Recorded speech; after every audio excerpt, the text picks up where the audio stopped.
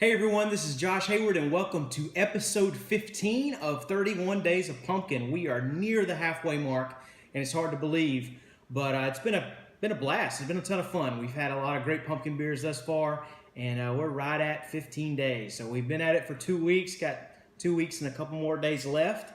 So let's get after it. Tonight we've got the Shipyard Smash Pumpkin. This is Shipyard's signature series, Shipyard Brewing Company being out of Portland, Maine. If you'll remember, we actually already looked at one of Shipyard's brews. It was their signature Pumpkinhead, which is a staple in the pumpkin ale sphere each year around this time. Pumpkinhead is a little bit lighter of a beer. This is smashed pumpkin, and as you could maybe tell from the name, it's got higher alcohol in it. This one's brewed at 9.0% ABV. And that is significantly more than Pumpkinhead. I believe Pumpkinhead was right at 4.5. So this is double that. I really don't know what to expect with this one. I've never seen this brew before. This is the first year I've actually seen it. I've seen Pumpkinhead pretty much every year, but this is the first time I've seen Smash Pumpkin, so I'm interested to see what it's like. Also interested to see how this compares with the actual Pumpkinhead beer. If you'll remember, I believe it was episode 3 or 4, we took a look at Pumpkinhead, and I wasn't a huge fan of it. It just kind of tasted too extracty, almost like pumpkin spice syrup in that brew in a way. Just kind of really threw me off. I didn't enjoy that beer. However, giving it another chance for sure. Saw another pumpkin ale by them and figured I'd give it a go. So let's see what we've got. The Shipyard Brewing Company Signature Series Smashed Pumpkin. Day 15. Been at it for a little more than 2 weeks now. I was telling some folks the other day, I'm definitely going to be tired of pumpkin beers by the time we finish up, but it's for a good cause. All right, so what we got here, we've got a very, very hazy golden ale, kind of a golden color, a little bit lighter towards the top, a little lighter towards the bottom, getting towards more of a yellow or a straw type color, but definitely a deep golden in the middle. Very, very, very hazy beer. A very hazy beer. This, again, kind of reminds me of some of these hazy IPAs we see out on the market now. It's, I would say, translucent for sure. You're still getting a little bit of light through there. Kind of a moderate white head. A little off-white when you first initially give it a swirl, but then as it settles out, it's a little more white.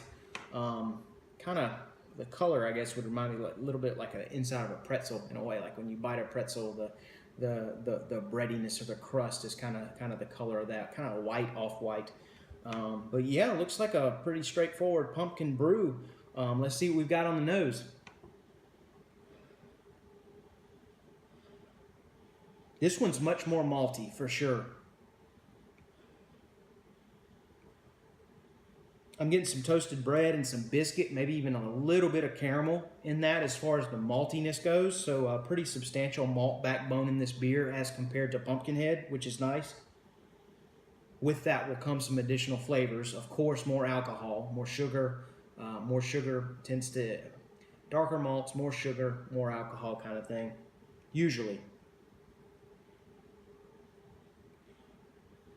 Typically how the brewer will do that is just up the grain bill on whatever types of grains he's using. So if he's using pale malt and some crystal, he will up those in the batch to produce more sugars coming out of the mash, and more sugars will create more alcohol. So I'm getting a little bit of pumpkin spice in there. Another kind of sweetness too. It's kind of tough to put my finger on what it is, but there's some additional sweetness in there. Not much hops. I'm not getting any hops in this. And if you'll notice, we're 15 days in, and I'm taking longer and longer to sniff, to smell these beers, just because some of these aromas and flavors just mesh, and it gets tough discerning what you're picking up. So that's why I'm kind of taking my time on this one.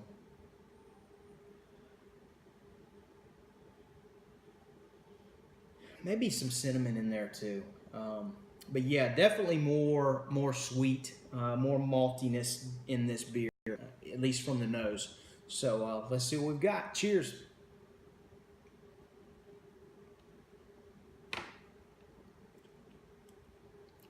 Wow. That's strong. Very, very strong. Heavy alcohol in this one. You can definitely taste that 9%. Let's see, this, you're getting, man, I'm getting, and as you can probably hear, that's my son upstairs. He didn't want to go to bed. Let's see. And we're back. I just had to pause that to check on the little one. He's good to go now, back in bed. But where were we? So the Shipyard Smash Pumpkin. Heavy on the alcohol again. I know I've said it a couple times now. But with this particular beer, you start to discern some malty flavors there at the beginning of the taste. A little bit of bready notes and maybe some caramel, but then bam, they're gone.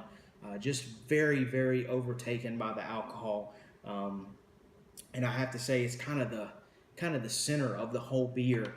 I'm really having a tough time discerning anything else in it.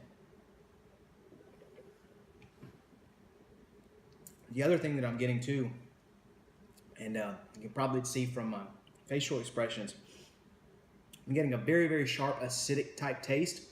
And the closest thing I could liken it to is like eating tomato soup. Like if you've ever had tomato soup and it's a little acidic on the acidic side, that's what I'm getting here. And it's not very pleasant in the beer at all. I'm not saying they put tomato juice in it. That would kind of be absurd. But it might have something to do with this ale brewed with natural flavor. I'm not sure what natural flavors they're using, but maybe whatever natural flavor they're putting in this is kind of reacting with some of the maltiness and giving off that those flavors and flavor profiles that are calling tomatoes and tomato juice to my mind. But yeah, it's a very odd taste. Yeah, not a fan of this beer at all. And if you've watched any of my videos, very rarely will I just say, hey, I'm not going to drink this. But definitely not a fan of this. If you remember too, the Shipyard Pumpkinhead, I wasn't a fan of that one, but I would drink that one over this one any day. This is very heavy on the alcohol. It swallows up the whole beer. That's kind of all you're tasting. That heavy alcohol flavor, that boozy flavor, it's good, but when paired right with the right flavor profiles, it works very well on certain types of ales where you've got a variety of different flavors and the alcohol just marries very well with the other flavors. This is it's the centerpiece, it's the focal point. Really not getting anything else in this beer besides that heavy acidic tomato type flavor. Yeah, not a fan of this one at all. Sometimes more alcohol is not better, so to speak. But yeah, very interesting beer. Nothing against you, Shipyard. Just not a fan of these pumpkin ales. I think it has to do with whatever these extra flavors are that they're adding into it. Even though they may be natural, they're just playing some funny tricks on some of the beers.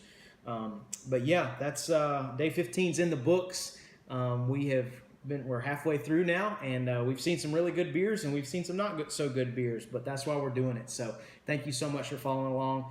Cheers, and you guys take care. I'm not going to drink that one. Have a good one.